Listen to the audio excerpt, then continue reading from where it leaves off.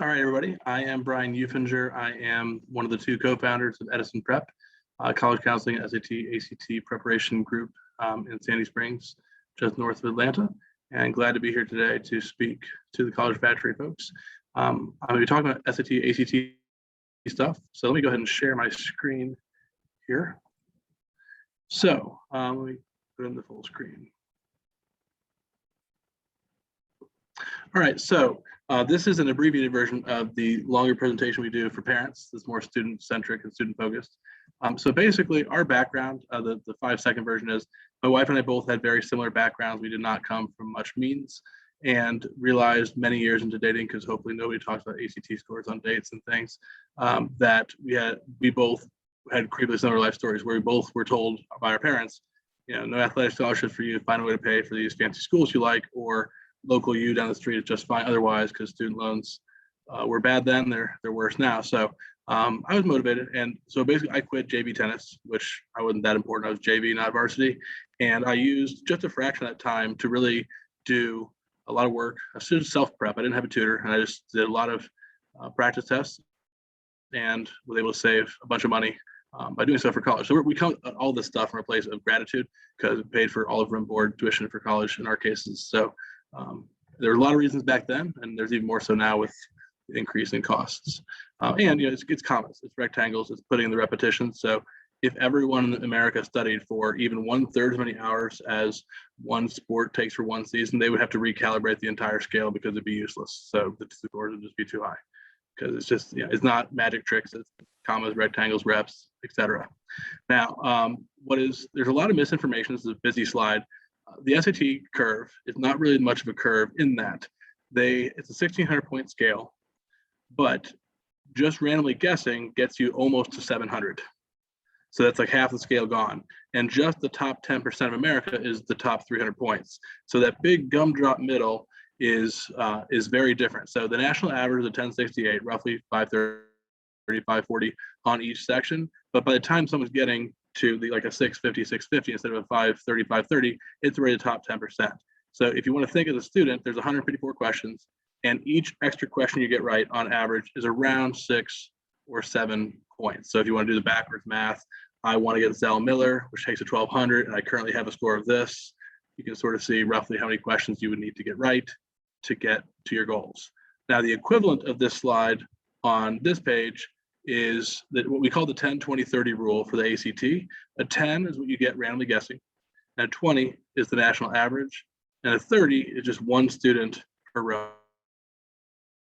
It can feel in the lunchroom when there's loud people like everyone has these crazy high scores, but as tutors, I guarantee you, we do mock tests for dozens of students every weekend, and we see a full spectrum of that stuff. So when this little Pinocchio over here, what happens in school lunchrooms is lots and lots of fibbing, because we tutor a lot of boyfriends and girlfriends, where girlfriend comes in and says, "Oh my God, Michael's so excited about his 29," and I can't say anything, but Michael does not have a 29. He's lying to his girlfriend. So I say that not from a place of gossip, but just all students in general, and parents should not enable this either, is keep your scores to yourself, and unless someone has logged into their phone live showing you their scores, assume that there might be some fibbing, and know that you are probably not as far behind as you think.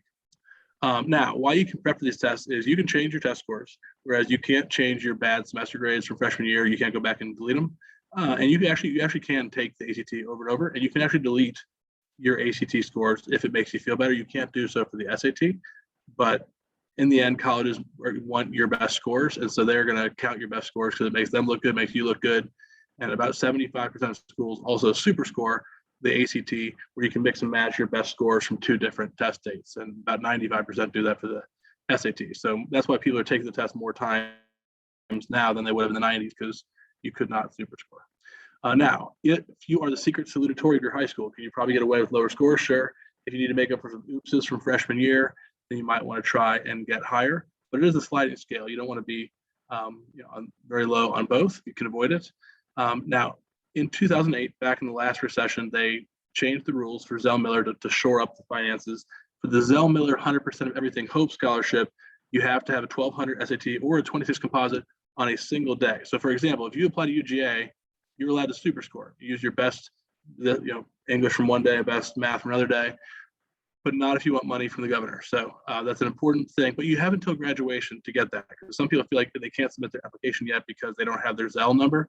They're two one's how to pay for it, one's how to get in. So they're two misunderstood components. And also the HOPE GPA of 3.7.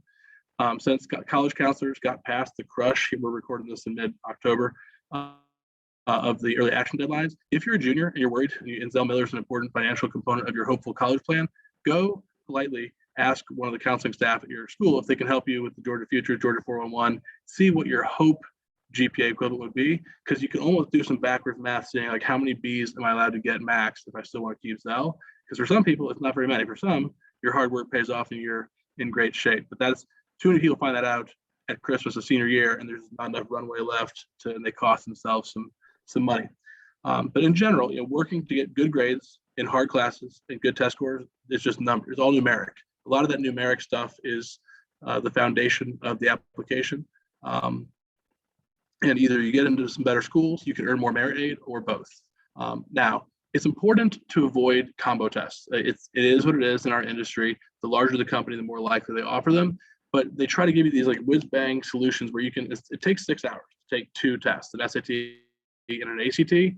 There's no way to do any faster, or the companies themselves would have. They could get the same result accuracy-wise that fast. So don't do it. Either you're in it because you care, or just don't bother, because those have no real questions. And so I have to deal with the aftermath of some silly, inaccurate tests all the time. So either take a PSAT from last year and then a full-length ACT, download it from the website, or take a full-length one of both. Either way is acceptable. And there's an official conversion chart online that converts SAT to ACT, the same chart every college in America uses. So you can see instantly, about 20% of people are better, or you're dead even, but about 40% are way better at ACT, about 40% are way better at SAT for various reasons. And then you can just practice with a stronger test. So this is going to be up on the YouTube channel, I believe. So if you're seeing this however many months later, if you email me an address, then I can go ahead and send you timing instructions for that if you have a hard time finding on the website. Happy to. Now, understanding your context, this is the hardest part to talk about. Averages online aren't useful because half of people are above, half are below it. Todd Gurley probably didn't matter what his GPA was because he was Todd Gurley, and other people are applying. Or is it really a person applying who it's their safety school and they're hoping to go to Northwestern or something? So all the numbers are messy. They're super messy, but also the context, because I tutor some pro bono boot camps in South Georgia, some of my favorite classes to teach. And there's one high school, one of my favorite students ever. He came to the boot camp and he stayed there and peppered me with questions during the break. And they offer one AP class at his high school total, English, because there's not enough people interested in the other ones. So he took that one, and then he drove himself down the highway 30 miles a couple times a week to Abraham Baldwin Agricultural College to do some dual enrollment stuff. And so in his context, yes, when you look at Georgia Tech stats, they have a scary number of average APs taken, but he maxed out the AP at his school. He took some dual enrollment. He did everything he could, given his circumstances, to try. If you're at a school where a lot of people have 15 APs and you took 2, and that's awkward. You want to try to thrive in the context that you're given. So that's why you can scare yourself silly if you do not understand that part. So take all of it with a pillar of salt. Worst, if you overdo it and you just overachieve, the worst thing you can do is possibly throw some merit aid at you. So that's not the worst thing in the world. Now, on the next slide, reality versus social media. So no one does well on 4th down. So when we tell people to take the test, we try not to have them wait until right when their back's up against the wall. Senior year is busy. College visits, college essays, fall sports, fall academics, applications, essays. If you try to toss SAT, ACT on top of that, it can be a struggle. So any plan that I design, I always try to have someone, if possible, get done by the June SAT or the July ACT before senior year, because then you're not missing any priority deadlines for merit aid for various schools, all that stuff. And if you need to take it, you need to take it. It's fine in senior year. But if it's a junior watching this and they think, oh, it's not even Thanksgiving junior year, now is the time to be taking the mocks of both, so you can sort of figure out which test you're better at and do that second semester. Plus, like I joked, no one does well on 4th down except for Tom Brady. So then you look at the bottom of this page here. This is so important to know. There are 3,000 colleges in America, and the media talks about 100 of them. Only 100 accept under 20% of students. And the majority of colleges in America take the majority of their applicants. So That doesn't mean you can't have a stretch school where you want to, your top school in the world, you'd love to go to XYZ and they have a really low rate. But if you have a balanced list, some where they accept, and it's not really sad schools either. I mean, there's schools that are like one of the top 2 schools in their states, like Oregon State. I don't know when you're watching this, but like they're like 85-90% acceptance rate, and they have decent merit aid. And Oklahoma State just released, they're second in their state. They released this merit aid grid that's based on GPA alone, and they are very generous for whatever reason. Things are going on there, and so if you poke around, there are schools that have generous money as well as high acceptance rates. But maybe throw flyers in there if you want to try for some reaches as well. And as someone who's not from here, I'm from Missouri originally. If you're watching this and you live in the state of Georgia, you have no clue how good we have it here. When my first student in Georgia told me, "Oh my God, this Hope Scholarship thing, as long as I get a 3.0, then I can get the," and I just nodded like, "Oh, that's adorable. Like, this person is crazy." Because half the reason none of my friends from high school, if you were in a lot of challenging classes in Missouri in the late 90s, you no longer live in Missouri. Because pretty much Mizzou said, sorry, like there's no Hope Scholar, there's no nothing. And so all the higher scores just scattered essentially. So we are very great, it's great that we have the Hope Scholarship here. Now, hope and prayer is what mom focuses on and is not motivating at all. Whereas a gap analysis is what I have students do all the time. If you take the practice test and you say, all right, well, I have a 530 on math and I'd like to get to 600 plus to try to get 600, 680 for Zell Miller, you can just do the backwards math and say, well, 30 versus 40, I just need to fix 10 questions. Or on English on ACT, if I want to go from a 18 to a 23, I just need to fix 14 out of the 36. So that's not even half. And so that's motivating when you can see the end zone. If I do this, then I'm given this, cool. So the quid pro quo can be motivating. Now, there's a continuum of SAT and ACT requirements. So there are schools that require it for all applicants. There are places that are test optional with some exceptions. There's a lot of places where like really competitive programs like the Honors College or the direct admit nursing, or if you're homeschooled or other things where you might have to do it. So read all the fine print because the rules can get you on that front, especially with nursing being a pop. That's mostly an issue with nursing homeschooled, but there's also for Honors College or merit aid, whatever. So there are places that are test optional for admissions, but their merit aid grid has a column that is for no scores and with scores. And then there's test optional, just generic, and then there's test blind. So about 100 or so schools nationwide just don't use them at all. So it's only 3%, but it's not nothing as well. Famously, the University of California system just, at least for the moment, is test blind, and just did that last year. Now, almost all colleges were COVID optional for 1 year, except for Florida system was a notable exception. And then some schools went back to requiring them this current year, including Florida still kept it, Georgia added it back. And then there's also research out there that takes some time, but if you Google a guy named Jeff Salingo, he's a higher ed journalist who's amazing. He made it his mission to go investigate admission rates, relatively speaking, for those who submit scores versus don't.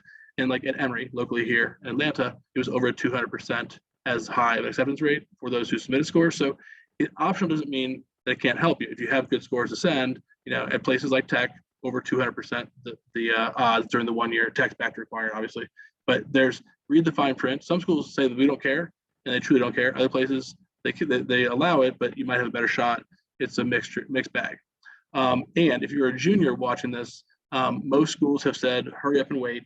Let us get through the current cycle first of the applicants, and we will announce our policies going forward for you guys probably in early 2022. So keep an eye out for that if you're a junior. Now, this is the slide that we love. I like football a lot. Your GPA / did you take hard classes is number one and should be, since you spent 4 years doing it. It is like your 4 years of game film, both your grades and taking hard classes. The SAT ACT is like the combine, where like Vanderbilt gets their butt kicked in the SEC.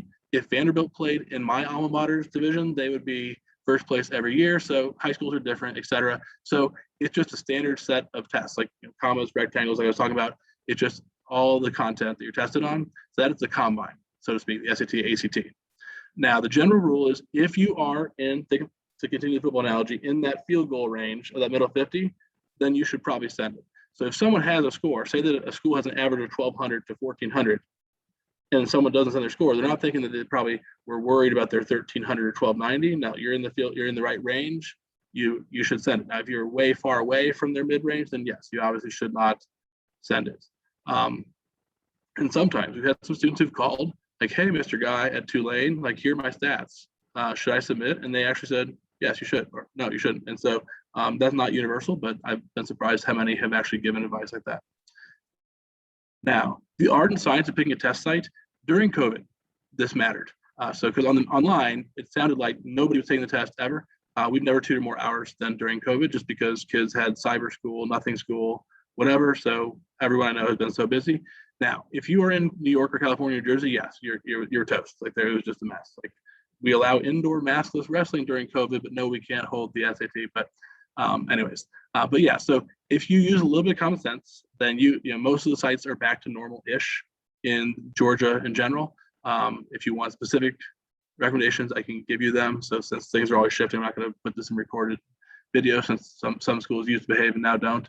But in general, just ask your friends, hey, did you take it at this XYZ school? Were they good? Did they everything else like that? And then you're just fine. And because of that, I mean, because I tracked it, 95% of our students have taken it successfully since COVID. So we're also be grateful that we're in Georgia, where there's actually test sites versus hard up in the Northeast and the West Coast. Now, this is something where if there's a PTSA mom or a student who's involved in student government or administrator watching this, they should take heed of this slide. One big boon for equity has really been school day testing and unlisted testing, which has always been around, but has not gotten famous till now. So a lot of seniors took the SAT the same day the juniors were taking the PSAT during the school day. Now, Fulton County did an ACT for all juniors last year on a random Thursday in March. And so I made a page at the request of one of the school board members of Fulton County. Can you put this on here? And so I made that. And I'll leave it up indefinitely. But basically, yeah, if your school wanted to list themselves to host it for just your students, that's called an unlisted site. And a school day one is even better because there's no transportation issues on the weekend or people having to negotiate skipping football practice with coach or whatever. So both those two things, it's great to see it happen. And so if you have questions, talk to your administrator about it. It's breathtakingly simple. It's like a 2-page PDF to get it set up. And I think that's a great thing that is growing. Now, how these tests work and how they differ. So the PSAT is the precursor to the SAT and the pre-ACT to the ACT. They're great practice for the real tests. If your school lets you take it, the answer is yes. So just breeds familiarity and so it's not scary and you get used to it. Definitely do take it. Now, the red font here is really scary. And if you wanted to pause it, you could pause it and read it. But I want to focus on Taco Bell because Taco Bell is like the SAT and ACT in that at Taco Bell, all the menu items have the same 4 ingredients, just put together in different styles and proportions. And that's really all it is. They all have grammar, they all have reading, they all have math, they all have data analysis, just put together in different styles. Like SAT, 4% is geometry, ACT, almost 30%. So there's differences, but in the end, those same 4 ingredients are basically the same. The big difference is the SAT gives you a lot more time per question, but you need it because the content is pretty fancy and highbrow. Whereas the ACT is more straightforward, but less time per question. It is a foot race. But if you're not targeting a tip-top score, speed does not matter as much in that you can miss. I always joke, ESPN has 30 for 30, and the ACT also has 30 for 30. You can miss 30 questions on most days and get a 30 on the ACT. Nowhere in school can you ever miss 30 questions on a test and not get an F. And so that helps students not worry too much. Oh, wow, I'm not that fast. I can't finish, but I'm pretty accurate on the ones I get to. Maybe I can get miss 30 or 40 and get a 28 or a 30. Now, juniors, this is the time, if they have not taken any mocks, should start taking mocks now. We're recording this in mid-October of 2021, and do that and start preparing soon. Sophomores, calm down and get good grades this year and just read that blog post. It's a popular blog post you can share with your friends. It de-stresses the process. It's like a 6-page PDF that just walks you through what I can be doing to not be stressed later on. And freshmen, just hold on to that link and look at it later. Now, there's 2 exceptions. If you are being recruited, then yes, you might need to take it earlier as a sophomore. Otherwise, we tell sophomores, like, stop, it's not your time yet. Or some schools, you have to take the SAT to be allowed to do dual enrollment. Other than that, it's hurry up and wait for most people. Now, your math track is the big 800-pound gorilla that determines everything. So right now, everyone I'm tutoring pretty much is a first semester junior who took Algebra 2 as a sophomore. Therefore, they're fine. Algebra 2 determines everything. Because once you finish Algebra 2, you can take the test whenever you want to. Because only about 10% is the pre-cal type stuff that you might, like advanced topics that you might need. Whereas some people get frustrated with me because I say ethically, like, hurry up and wait. If you're not starting Algebra 2 until junior year, no, you're missing a huge chunk. So those people that take their first test typically in February ACT or March SAT, depending which one they're stronger on. That doesn't mean you shouldn't take a mock test now, because Algebra 2 is going to help you equally on both SAT and ACT. So by now you could take that if you're a current junior taking Algebra 2. And again, if you can take the test before senior year, ideally finish before senior year, it can de-stress the process, help you apply to a couple schools that are rolling admissions to get some early wins where you definitely have a school or two that you're into. And you also want to take it right after you prepare. A lot of students want to prepare for the summer, but then football season, and then oops, let's wait till December, and you lose all the timing, all the speed, all the stuff. So you prep, and take it ideally back-to-back tests while you have momentum and while you have freshness. Because once it's been too long of a gap, people often just downshift their goals rather than push further than where they were, because that's just human nature. Now, I wish this slide were posted on billboards on I-85, because no one believes me.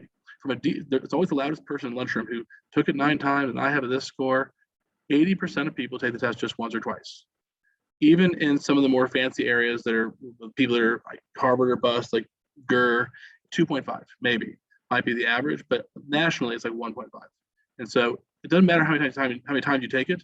There are fee waivers, more on that in a second on our slide, but you can take it as many times as you need to, and schools are going to count your best scores.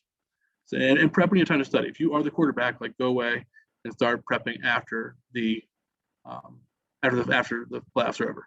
Now, UGA. If UGA is a particular interest, we have a pretty popular blog post at that static link right there that we track all the data for over a decade plus, and it just has a bunch of advice and stats. And I'm a data nerd. My old job, I used to work in corporate America doing data stuff, so it's good advice there. And, or if you know someone, if you're not applying, but someone you care about is, you can share that link. Now, fee waivers. If you are somebody who qualifies for free or reduced lunch, then you can possibly qualify to take the SAT or ACT multiple times for free. So you have to fill out some paperwork, but it's not too bad from what we are told by our students. Just check with your counselor. And like I mentioned, super scoring, 95% of schools let you mix and match from SAT, 70% in growing each year let you do it for the ACT. Now, getting a B in school versus a B on the ACT, like I mentioned earlier with a 30 for 30, don't lose face, because if you say, hey, let's get a B minus, that does not sound good, but it is good. If you miss 43 questions, 80% accuracy gets you a top 12% score. So nowhere else in life will that be allowed to happen. And like I mentioned, the average person misses 101 questions. So what if instead of the 30 for 30, if I can just miss 55 or 60 questions, I'm going to beat 2/3 of America. That sounds like a lot more reasonable. I'm allowed to miss that permission to, I'm going to miss 50 plus. That's okay. Now, we are in of self-test prep.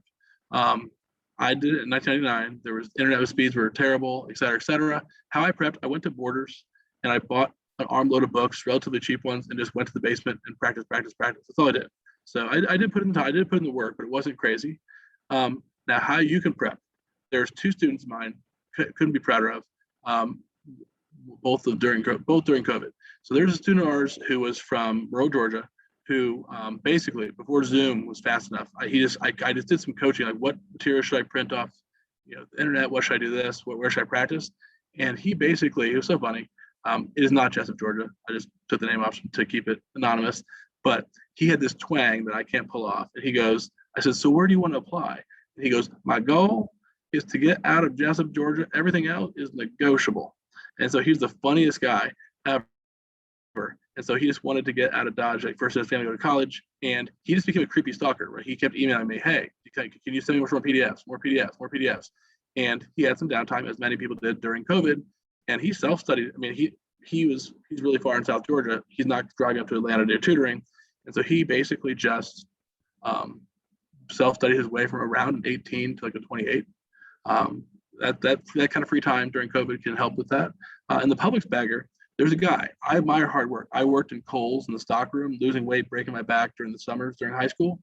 But had I tried to work during the school year, my dad would have started laughing. Good one, haha.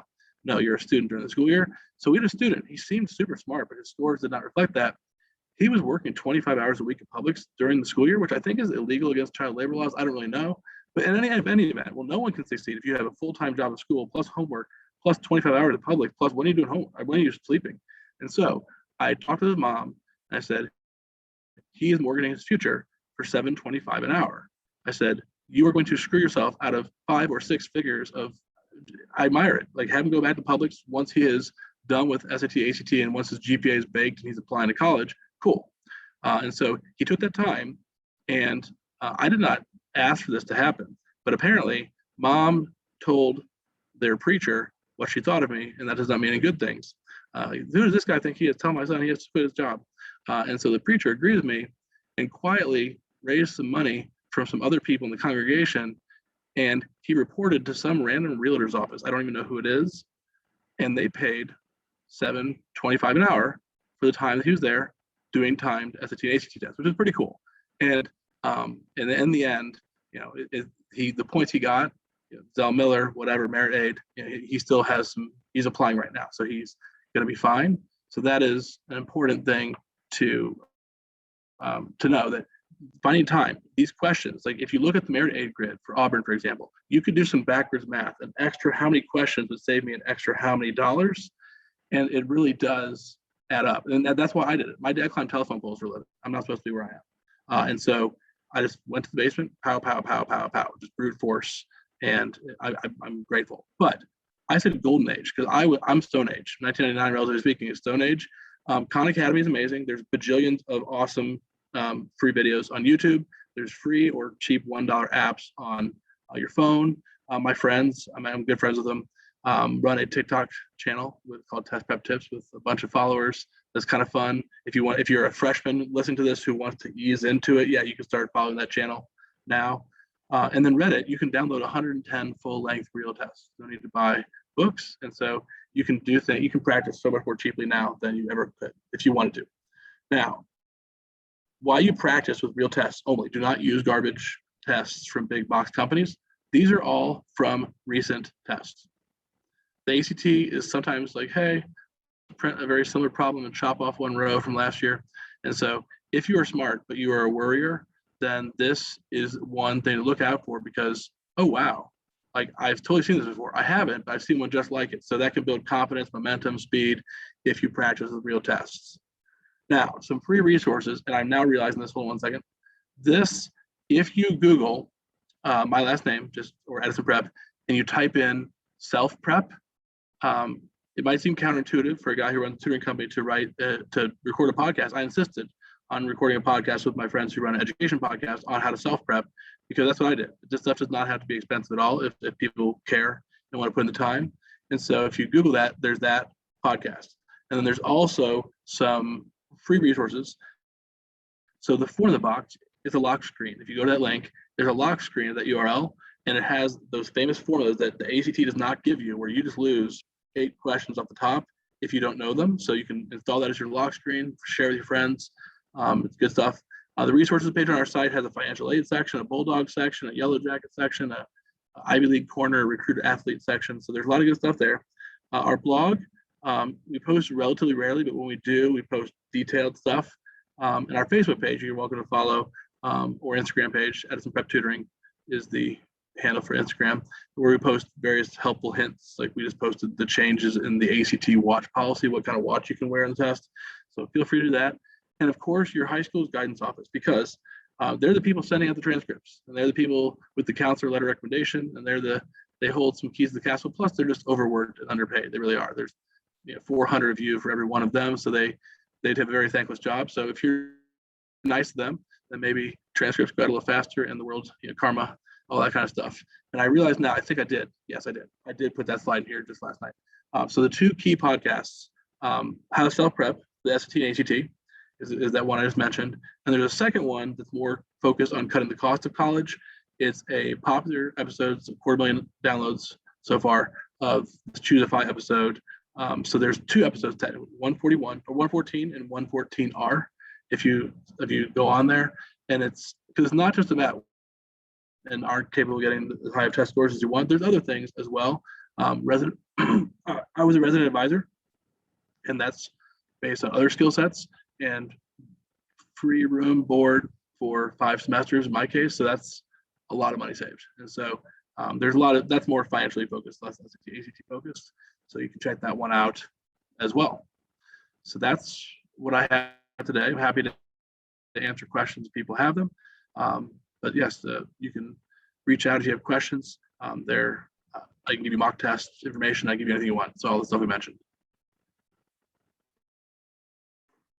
Awesome, Brian, thank you so much. I loved your point just about how important it is to contextualize college admissions, particularly if you're from like a different part of the state of Georgia, and that can look really different. I know in my case, and I think a lot of us in terms of the ILA students here are from Metro Atlanta. And so our experience is obviously so different than a student in South Georgia in terms of, IP, AP classes offered.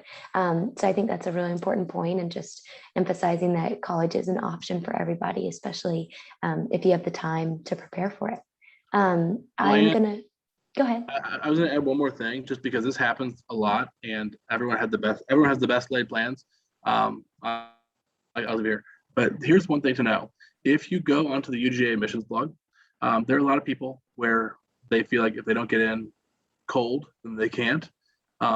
You can transfer, but if you're savvy, you can transfer quickly. If you're not savvy, you have to wait a long time, because here's the rule. It's too detailed to go into super in depth, but David Graves on the UGA admissions blog, he does a great job, ridiculously good job with that blog.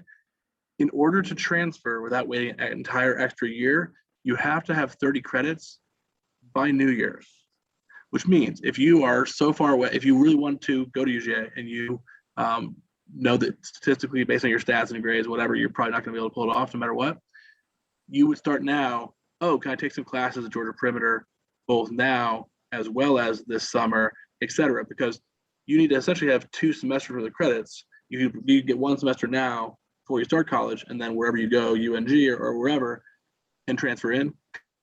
Because everyone doesn't read the fine print, and then they get caught off guard. Like, oh wait, I have to wait 2 years. This stinks. And so many people think they're going to transfer, and once that 2-year thing happens, and things just sort of whiffed away. And so it's doable, but you have to start planning that now. If that is you, even if you're a junior right now, it takes some pre-planning. Like now, next semester, take 1 or 2. Summer, take 1 or 2. You can totally get there. We have plenty of students who do exactly that, who may have had some GPA issues freshman year that make, no matter what happens, that the math is probably not going to work out. So there's a way to salvage that. And that's not just UGA. UGA had that policy, but a lot of places have. You have to at least take credits. So walking with some community college credits, AP credits, other credits can help smooth a transfer process if you end up doing that. Yeah, that's a really great clarifying point. And there's so many transfer students here too. So to streamline that process and get in a little bit earlier, if it's possible, is a great thing to do. Yes, once again, thank you so much for your time, Brian, especially coming after two classes. We appreciate your practical advice here and just your experience as well. It's so valuable. And I know every student that was watching today and that will watch on the YouTube channel for College Factory will really appreciate it.